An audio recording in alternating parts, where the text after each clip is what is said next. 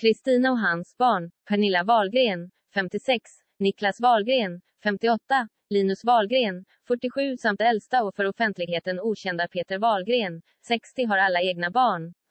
Pernilla har 4 barn, Niklas har 2 barn, Peter har 1 barn och Linus har 2 barn. Det är med andra ord ingen liten familj som de fått med åren. Dessutom har barnbarnet Olivier Ingrosso, 34, blivit pappa vilket gjort att Kristina och Hans även fått sitt första barnbarnsbarn. På Norra Langner en bit utanför Stockholm har Kristina och Hans sitt stora röda hus. Där har de bott sedan de var unga och det är också där som deras barn, och även barnbarn har vuxit upp. Pernilla och jag brukar säga att det är så fint det där, att se flera generationer uppleva samma plats.